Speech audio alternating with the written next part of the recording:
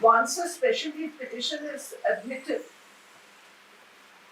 and it is numbered as an appeal and taken up, it is the same paper book which is used.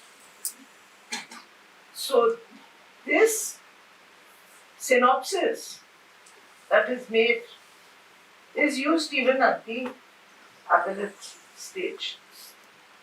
Now there can be no two views of what has been emphasized by Mr. Gupta about the need to follow chronology. And I give a very childish example, which will just go in. If I were told to narrate my life history, and I started off with, I was born in 1957. I graduated in 1977. I went to school in 1962. You get all confused. From birth to graduation, then to her childhood, then to her. But when it comes in a chronological way, it goes in. It's logical. There is only one exception to that rule of chronology. When the matter comes to your knowledge at a later age, then perhaps you can first mention the date when you derived knowledge and then go back to the incident. Let us say, in narrating facts, on such and such date he entered an agreement. Let us say on 1st January 1922, the plaintiff entered into an agreement with the respondent. On 15th January, he made payment. On 16th January, something else happened. Then, on 4th February, he received a letter, and from that letter, he came to know that the respondent had earlier, in the previous year, entered into an agreement with somebody else. So that may make sense, because if you strictly follow chronology, and if you refer to the earlier agreement, then the question would be, if you knew about the earlier agreement, then why did you enter into an agreement at a later age? Now, so far as drafting is concerned, you improve with experience, you improve with habit. Unlike other papers where you just look up the law on a particular subject. You look up the provisions of the Constitution, you look at the Constitution cases. But in that way, drafting, it is vast because it covers different papers. It covers different statutes, different subjects. So whenever you start reading, you have to read the law. Look into the facts.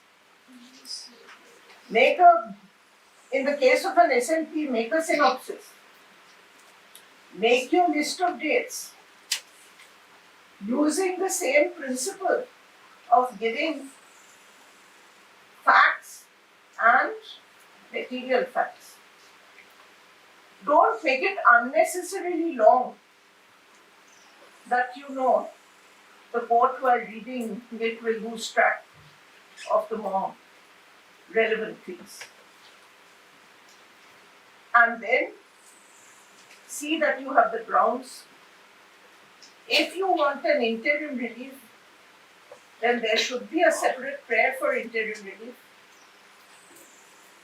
Otherwise, if you're fortunate to move it before a court which says doesn't matter, it's the lawyer's mistake, the litigant should not suffer, then it's fine. But if the court says, but where is your prey? And where does your poor client go?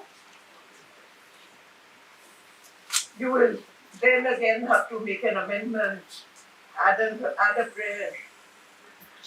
It will delay matters. And when you make a prayer, you have to make out the grounds for the interim relief, which is granted. So these are the things in a nutshell.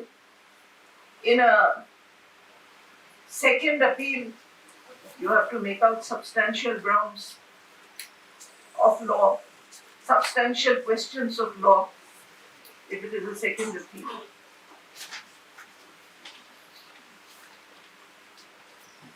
If it is an appeal under your Article 132, 133 or 134, you generally look at those articles.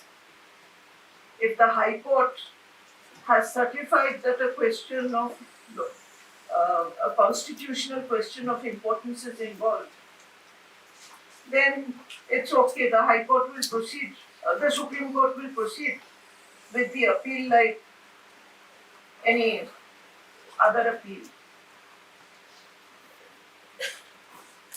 In the case of a civil appeal, if the High Court certifies that there is a substantial question of law involved, then again the Supreme Court will hear it as an appeal. In the case of a criminal appeal, in some cases, admission is automatic. In what cases? I'm asking her. Only death sentence.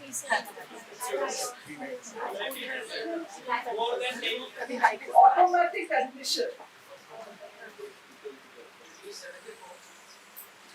It's there in your constitution right there.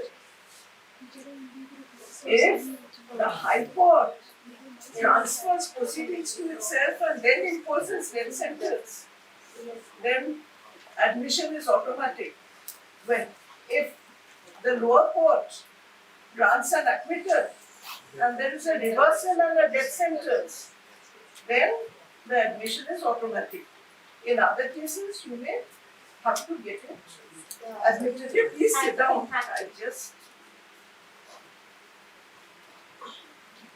So these are the rules in a nutshell. I really don't have anything more to add, except that you have to hammer your point in the first paragraph. Don't make too many grounds. Have a few grounds. Have relevant grounds. Oh yes. And before I conclude, one advice which was given by our common senior, Mr. S. Pal, used to always say that if you have good facts, then the judge will try to twist the law in your favor. If you have bad facts, the judge will try to hold against you. So if your facts are good, then emphasize on that in the somewhere in the synopsis and show how unjust the order is. Perhaps you would get the relief in that case. Thank you very much. It's always a pleasure to be amidst you.